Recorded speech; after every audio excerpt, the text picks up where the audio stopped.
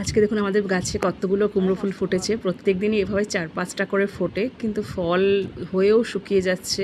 কেন কে জানি এটা হতে পারছে না, বুঝতে পারছি না। তাই যাই হোক, ফুলগুলো ভালো দিচ্ছে, ওটাই একটা খুশি। আর এই যে একটা মিষ্টি বানিয়েছিলাম আজকে, তো আমাদের আজকে সকালের জল খাওয়ার খই। ছেলেকে করে দিয়েছিলাম আলুর চপ। আমরা আর আলুর চপ সকাল সকাল খাইনি, ছেলে খেয়েছে।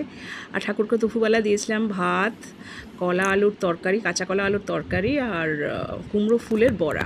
কুমড়ো ফুলের বড়াটা চালের গুঁড়ো দিয়ে করেছিলাম। আমাদের বাড়িতে এখন পাইপলাইন লাগছে, মানে গ্যাসের পাইপলাইন যেটা লাগছে, মাটির নিচের থেকে যে গ্যাসের পাইপলাইন আসে সেইটা লাগছে।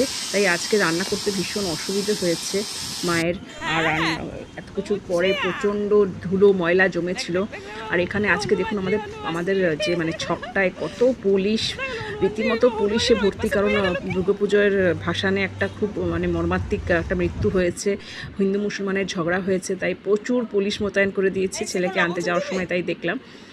আর এই যে আমাদের বাড়ি ভাড়াটে গ্রামের থেকে লাউ শাক আর এই লেবু এনে দিয়েছে, জানে যে আমরা লাউ শাক আর লেবু খেতে খুব ভালোবাসি। আর এই যে দেখুন গ্যাসের পাইপলাইনটা লেগে গেছে। এবারে রাতেবেলায় আমি এই যে অড়হরের ডাল একটু নিরামিষভাবে করেছি, আর বিশেষ কিছু করতে পারিনি কারণ গ্যাসের পাইপলাইনটা লেগেছিল।